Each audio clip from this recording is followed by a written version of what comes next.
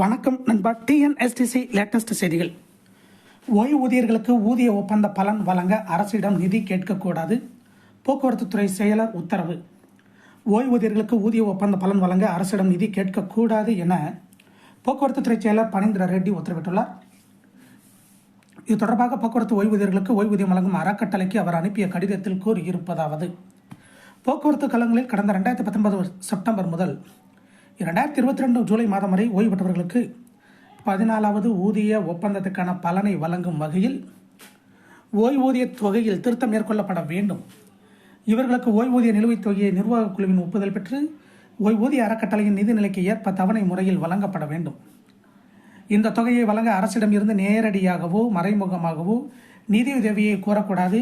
இந்த வழிகாட்டுதல்கள் அடிப்படை ஓய்வூதிய தொகைக்கானது மட்டுமே தவிர அகவிலைப்படிக்கு பொருந்தாது என்று அவர் தெரிவித்துள்ளார்.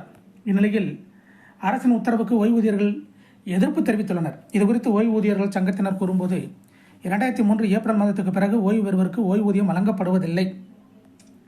இதனால் அவர்களிடம் ஓய்வூதியத்துக்கான பங்களிப்பு அறக்கட்டளைகளால் பெற முடியாது. அப்படி இருக்க ஓய்வூதிய அறக்கட்டளைக்கு நிதி கிடைப்பதில்லை. மேலும் ஓய்வூதிய அறக்கட்டளைக்கு எப்போதெல்லாம் நிதி பற்றாக்குறை ஏற்படுகிறதோ அப்போதெல்லாம் அரசும் நிர்வாகமும் அதை ஈடு செய்ய வேண்டும் என்ற ஒப்பந்தத்தில் உள்ளதை அரசும் நிர்வாகமும் செயல்படுத்த முன்வர வேண்டும். அப்போதுதான் ஒப்பந்த பண பலன்களை பெற முடியும். ஒப்பந்தத்தில் கையொப்பமிட்டுள்ள சங்கங்கள் நிர்வாகம் மற்றும் அரசிடம் பேசி அறக்கட்டளைக்கு நிதி வழங்க நடவடிக்கை எடுக்க வேண்டும் என்றனர். இது போன்ற போக்குவரத்து துறை அப்டேட்டுகளை தெரிந்து கொள்ள நம்ம சேனலை சப்ஸ்கிரைப் பண்ணுங்கள், ஷேர் பண்ணுங்கள், லைக் பண்ணுங்கள். நன்றி, வணக்கம்.